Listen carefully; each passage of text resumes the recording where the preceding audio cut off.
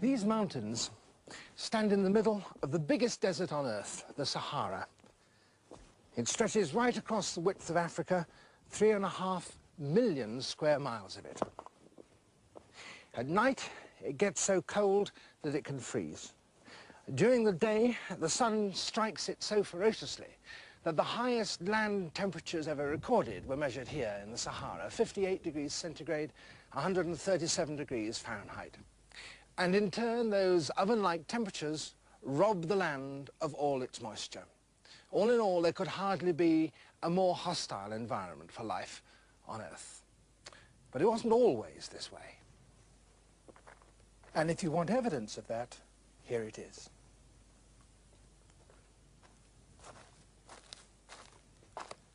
A group of antelope, probably sable, creatures that can't live anywhere in the Sahara today because there's simply not enough vegetation for them.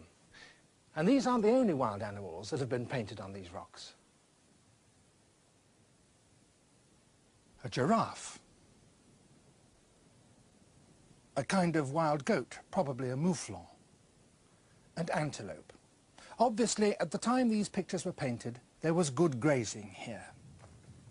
Indeed, there was sufficient vegetation to sustain not only wild animals, but whole herds of cattle. We don't know exactly who drew these pictures. The artists may have been the ancestors of the nomads who today follow their herds of long-horned, piebald cattle just south of the Sahara. But we do know what they looked like because they left their own portraits. They lived here, it seems, some 5,000 years ago. But eventually the rains began to fail, the pastures disappeared, and with it the cattle and their keepers. But there are one or two living survivors from that time. This ancient cypress, to judge from the number of rings in the trunks of others like it, is probably between 2,000 and 3,000 years old. In fact, it was probably already growing here at the time when the last of the paintings were being made. It still bears fertile seed, but there are no little seedlings growing around here to replace it. The land now is far, far too dry for them. Indeed, the cypress itself only survives because it sends its huge roots deep into the ground to tap underground water. The drying out of the Sahara seems to be connected with the great changes in climate that overtook the world at the end of the last ice age. As the glaciers retreated northwards across Europe, so the belt of rains that fell regularly along their southern edge left Africa and moved up into Europe, and the Sahara was robbed of its rains. Indeed, it seems to be that most, if not all, of the great deserts of the world were formed around that time, and most, if not all of them, are therefore comparatively recent environments. To see why deserts lie where they do, we can look at the Sahara from the west. The equator runs away from us across the width of Africa. It's along this line that the sun's rays strike from directly overhead, and therefore with the greatest strength. The heated air rises along the equator and flows away north and south to cooler parts of the world. Because it's warm, it carries with it a lot of moisture. But as it rises and cools, the moisture condenses first to form clouds and then to fall as rain. By the time the air comes down again over the Sahara to the left and the Kalahari to the right, it's lost most of its moisture and creates very few clouds. So the Sahara, with few clouds to shield it from the sun, becomes roastingly hot during the day. And at night, with no blanket of clouds to keep in its warmth, it gets desperately cold. Deserts are not placed symmetrically around the world because the continents themselves are distributed in a very irregular way. They are ridged with great mountain ranges which interfere with the even flow of air, and the spin of the planet itself creates vast eddies in the atmosphere which further complicates things. But even so, deserts do lie in two broad zones on either side of the equator. The pattern in Africa, with the Sahara in the north and the Kalahari and the Namib in the south, has its equivalent in the Americas. South of the lush equatorial jungles of the Amazon, beyond the great range of the Andes, lies the Atacama Desert. On the other side of the equator, beyond the drenched tropical rainforests of Panama, stretch the deserts of Mexico and Arizona. Across the Pacific, the greatest expanse of water on the globe, lies south of the equator, Australia, most of which is covered by desert. Its northern tip gets close enough to the equator to collect some rain. Farther north still, beyond the jungle that blankets Indonesia and Malaysia, Thailand and Burma, across the great snow-covered range of the Himalayas, stretch the vast deserts of Central Asia, Mongolia and the Gobi. And beyond them, as we complete the circuit of the globe, the huge desert of the Middle East that covers Iran, Iraq and Jordan, Syria and Israel, the vast sandy emptiness of Arabia, and runs on to join the Sahara.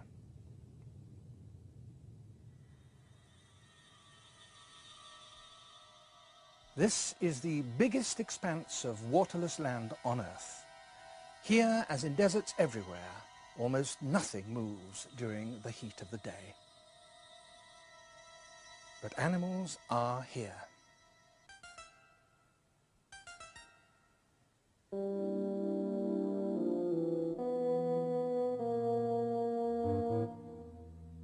If you want to see what made these tracks, you have to wait until the sun sinks and the desert begins to cool.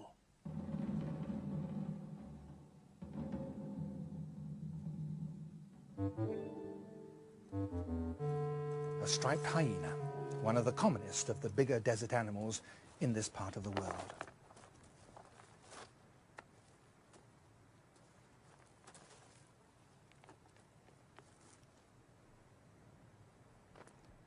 A fennec fox.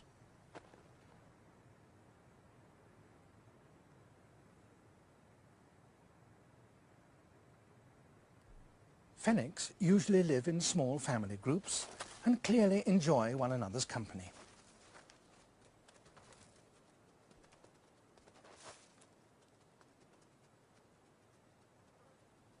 But there's not much time for frolicking. Food must be found. Faint smells from the sand tell them who has moved where since they were last out.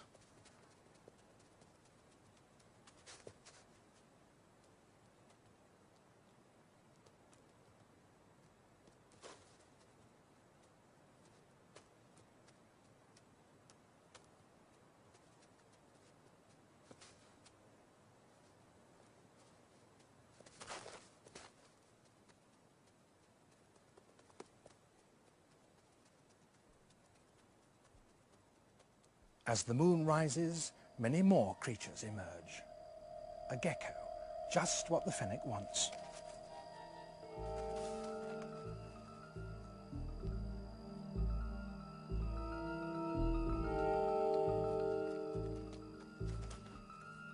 A jerboa, it too is looking for food, seeds.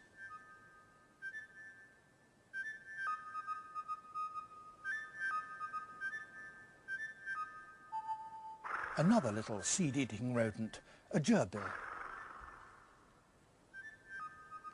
And a caracal, a kind of cat, which loves both gerbils and jerboas, if it can get them.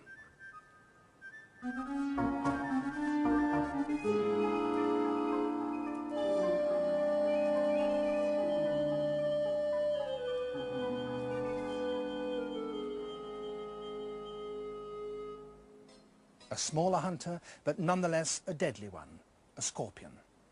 It is searching for beetles or other small insects, but sometimes the hunter becomes the hunted. A black widow spider has set her snare of silk underneath a thorn bush.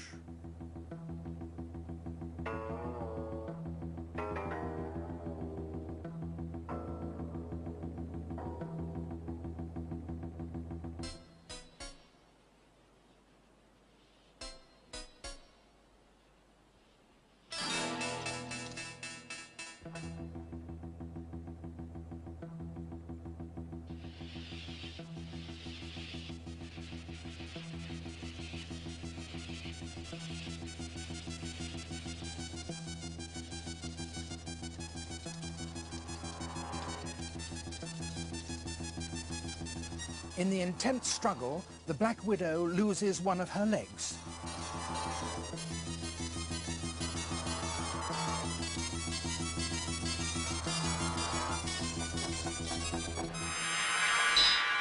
She manages to get more ropes of silk around the scorpion, hampering it still further.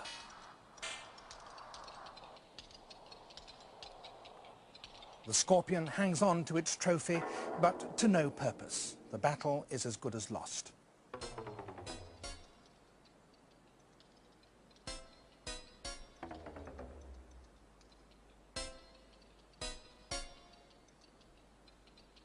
Methodically, the spider trusses up her victim and hangs it in her larder.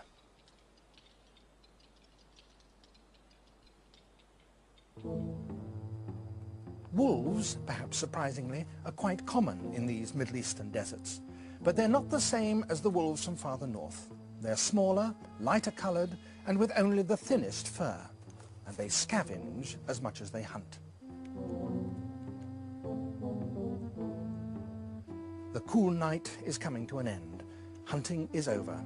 The animals must go back to their dens and hiding places to shelter from the heat that is to come.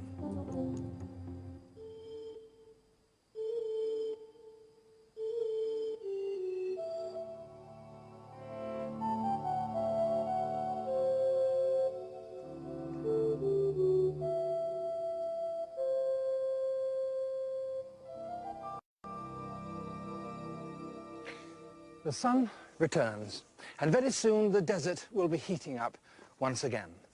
The mammals that were active during the night will have to go for shelter, and the day will belong not to them, but to those creatures that get their heat directly from the sun, the reptiles.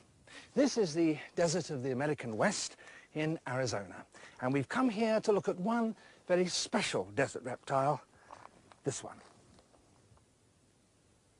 This is the Gila monster, one of only 2 poisonous lizards in the world.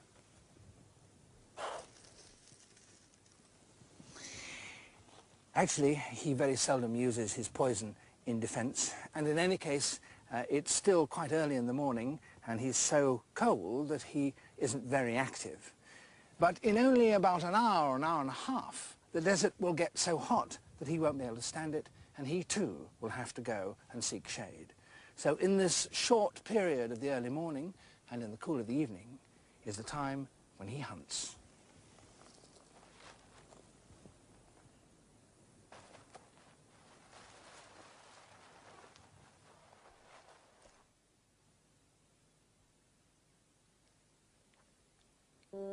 A tortoise, but he's far too big and well armoured for a Gila monster to tackle.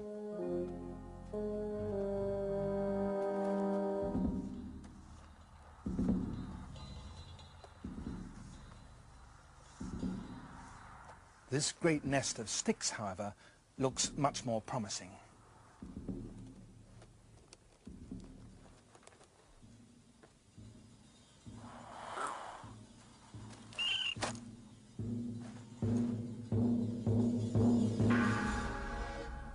The victim, a desert mouse.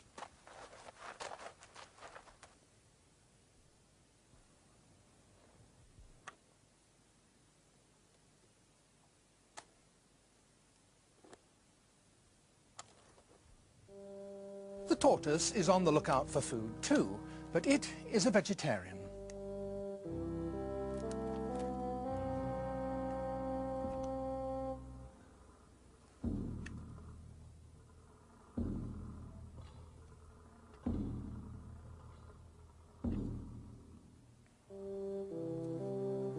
The day is now several hours old. Cool dawn is changing to baking noon. It's time for even a reptile to get out of the sun.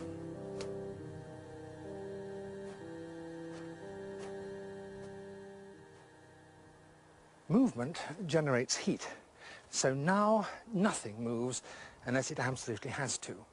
And there are some creatures that remain motionless even when you get within a few inches of them.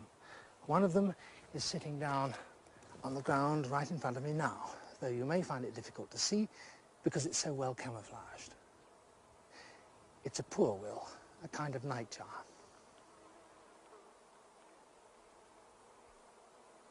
Fluttering the throat evaporates moisture from the mouth and so cools the bird, and it consumes much less energy than heaving the chest and panting, as many mammals would do in this situation.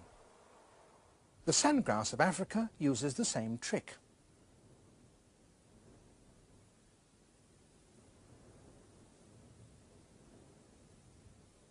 The sandgrouse chicks start doing it almost as soon as they emerge from the shell.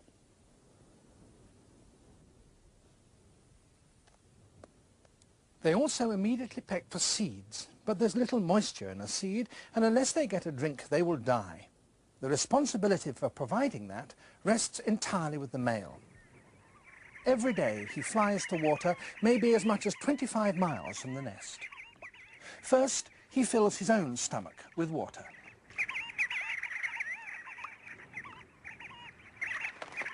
But then, very deliberately, he soaks his belly feathers.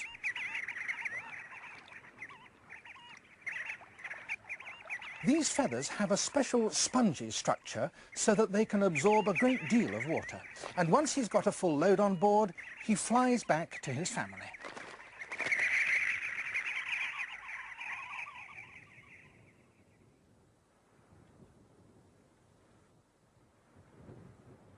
At last, the chicks get their drink. No other bird has such an ingenious water-carrying device.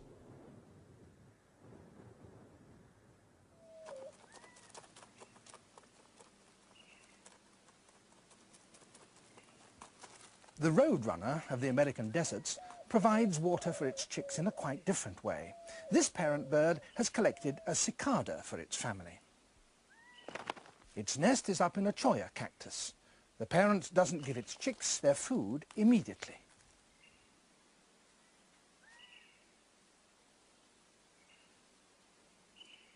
The chick is gulping. The parent bird is producing liquid from its stomach and letting it trickle down its beak.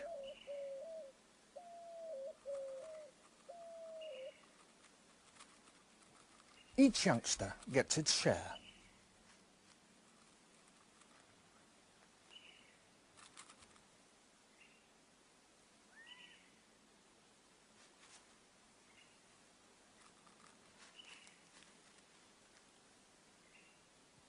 Another ration of solid food, this time a lizard.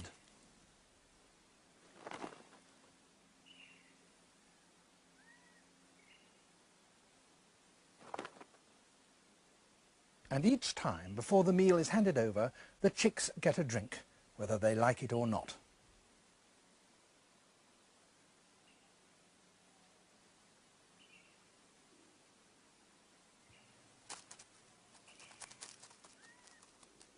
During the heat of the day, the parents sit on the nest not to keep the chicks warm, but on the contrary, to keep them cool, by shading them. And the sitting bird not only flutters its throat, but protects itself from the sun by using its tail as a parasol. The ground squirrel of the Namib Desert in southern Africa does the same thing, and very effectively too, carefully angling itself as far as possible to keep its body in the shade.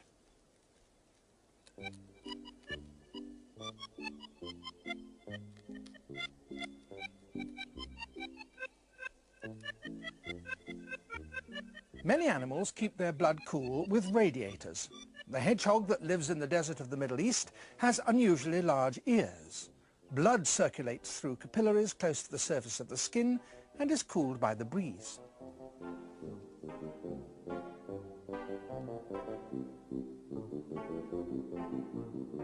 The fennec fox's huge ears serve the same purpose.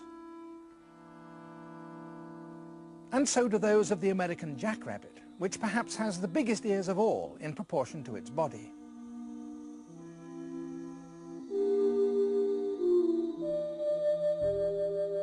The Dorcas gazelle also has radiator ears and is one of the best adapted of all desert mammals.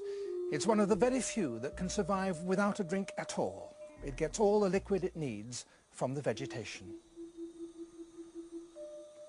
It doesn't waste liquid as urine, but gets rid of its uric acid as small dry pellets.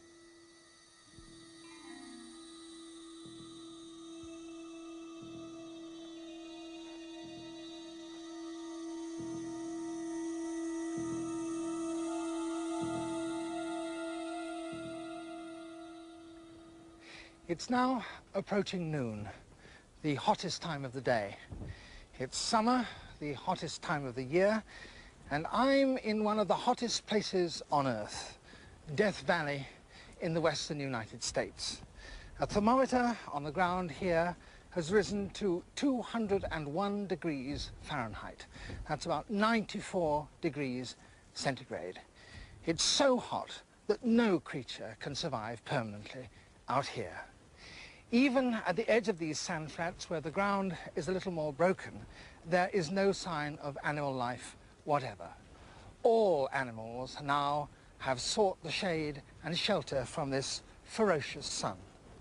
But there are some organisms that can't get out of the sun. Plants, being fixed to the ground, have to stay out in the heat of the day and simply endure.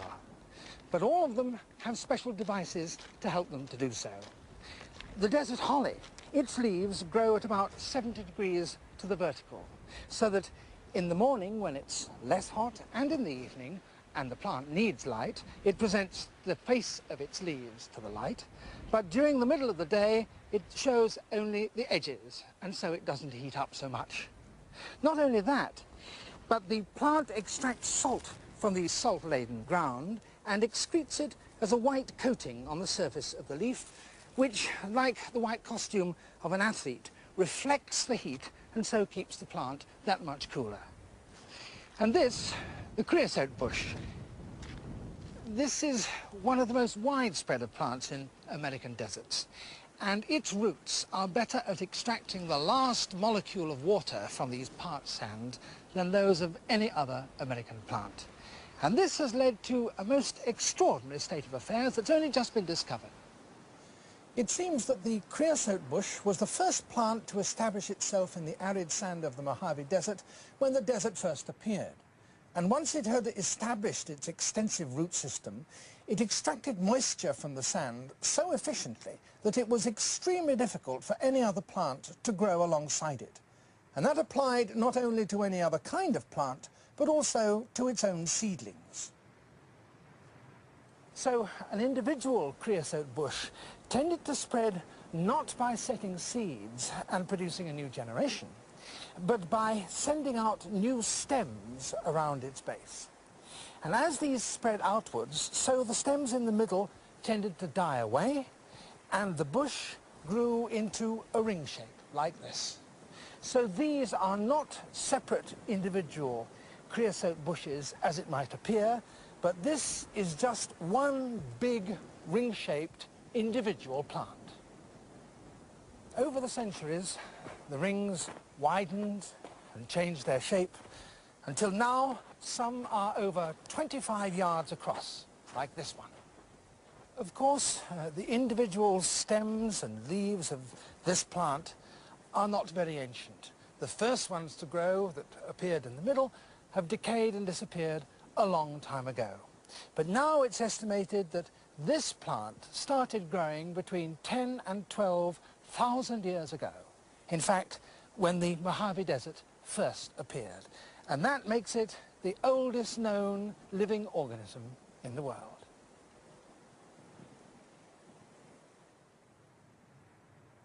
In the Mojave, the plants may have to survive for as long as 10 years without rain. But if rain falls just a little more frequently, as it does nearby in Arizona, plants can have different survival strategies. To many of us, the very symbol of the desert is the cactus.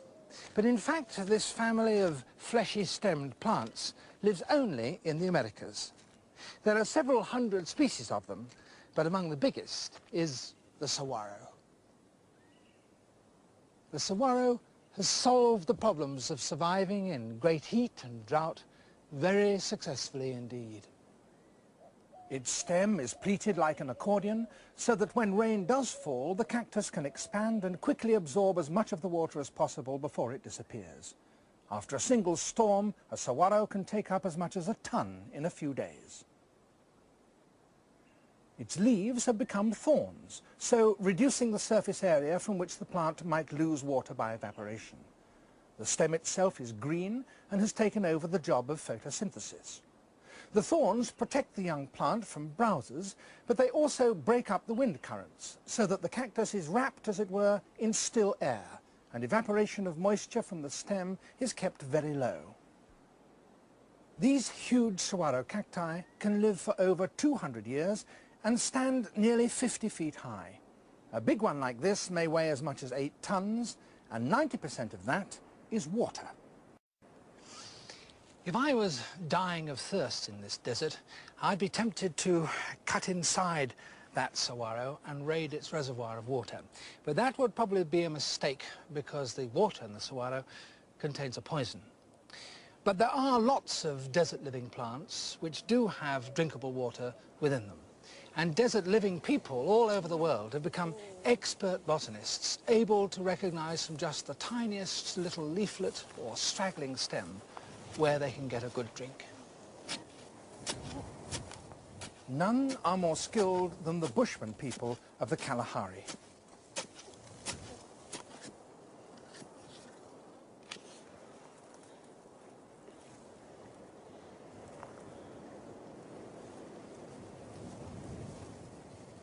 By the end of the dry season, all their water holes have usually dried up. For liquid, they must now rely almost entirely on plants and their ability to recognize the right ones.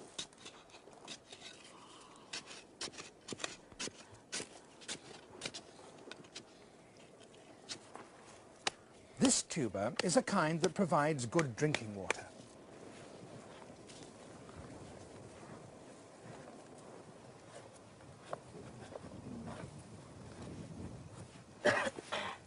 This much larger one is also full of liquid, but unfortunately it's so bitter it's undrinkable. But it's worth having nonetheless. To extract the water, the roots must be grated and pulped.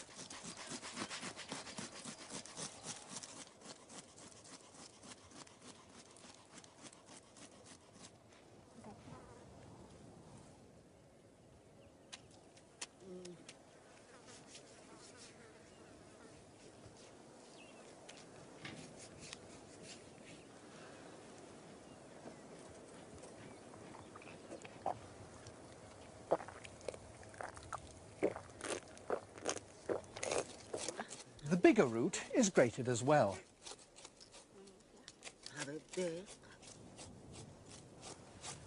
Drier though it is, it still contains valuable fluid.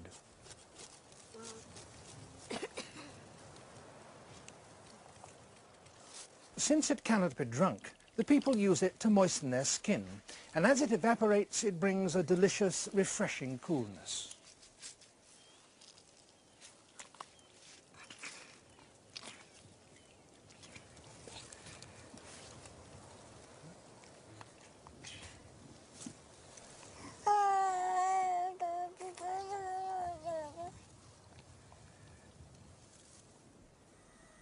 "200 miles to the west of the Kalahari lies an even hotter, drier desert, the Namib. Very few plants indeed can survive in these parched sands. Patches of grass sprouted after a rare shower of rain and lived for a few weeks, but that was over 4 years ago, and now only the dusty, withered stems are left. There is one plant that grows here, though, and indeed nowhere else, and one that is very odd indeed." The scientist who first described this extraordinary plant was an Austrian called Dr. Velvich, who came to this part of Africa in the middle of the last century. He discovered many plants in Africa, but this perhaps is his most famous, and the one that bears his name, being called Welwitschia. There are male plants and female plants. This one is a female, and these are the female structures. These are young ones which sprouted this year, and these are the fully developed ones from last year. In structure, they're very like the cones of a fir tree. The male plant has growths rather like stamens which produce pollen. So Welwitschia seems to be a kind of link between coniferous trees and true flowering plants. But the oddest thing about it perhaps are its leaves. They grow from the top of its central trunk, and what's more, do so extremely slowly, so that this length of leaf would have taken about 70 years to be produced. But if it hadn't frayed at the edges, it would be about 400 yards long, because this individual plant is thought to be about 1,500 years old. It's these amazing leaves that enable the plant to collect water in this rainless country. The Namib lies close to the western coast of Africa. At dawn, fogs regularly roll in from the Atlantic. As they swirl around the welwitschia, their moisture condenses on the plant's huge leaves. Some droplets are absorbed through cracks in the leaves' skin. The rest of the water is channeled down to the ground, where it's sucked up by roots just below the surface of the sand. The fog also provides life-saving drinks for some of the desert animals. These are darkling beetles. On foggy mornings, they climb to the top of the dunes and stand in lines, head down, abdomen up, slowly marking time.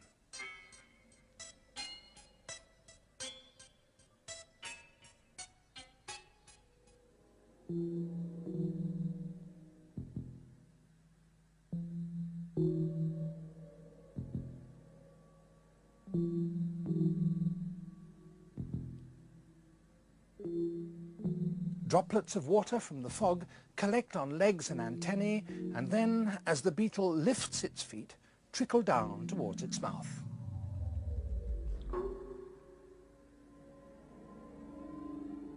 The Namib's fogs never penetrate very far inland. Those deserts that lie a long way from the sea, therefore, can never receive moisture in such a way. Their water must come from the clouds. Only too often the clouds that do build up above a desert sail off elsewhere without bursting, and the land remains parched.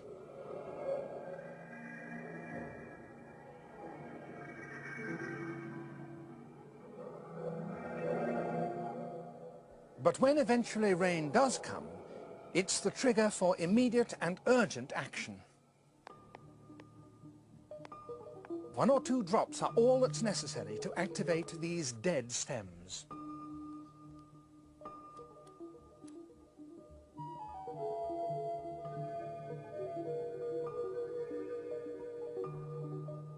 Within half a minute, they're upright. Other plants begin to open their seed heads.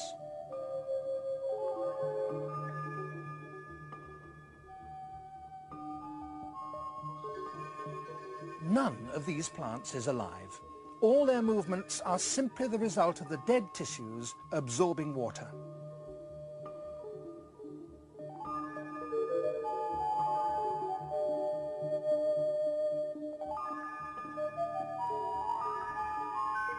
The dead seed heads have held the seeds securely during the drought.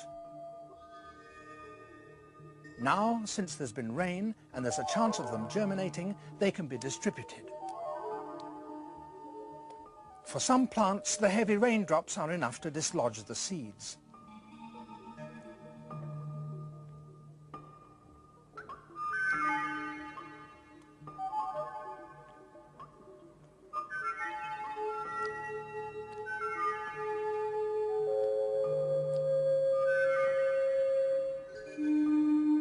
Others utilize the physical effects of absorbing water to shoot the seeds away.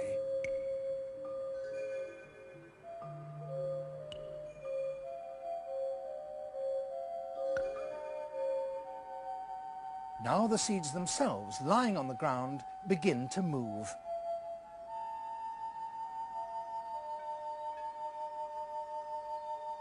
As the hairs absorb water, they swell and stiffen, so raising the seed into the right position for its first rootlets to strike straight downwards into the ground.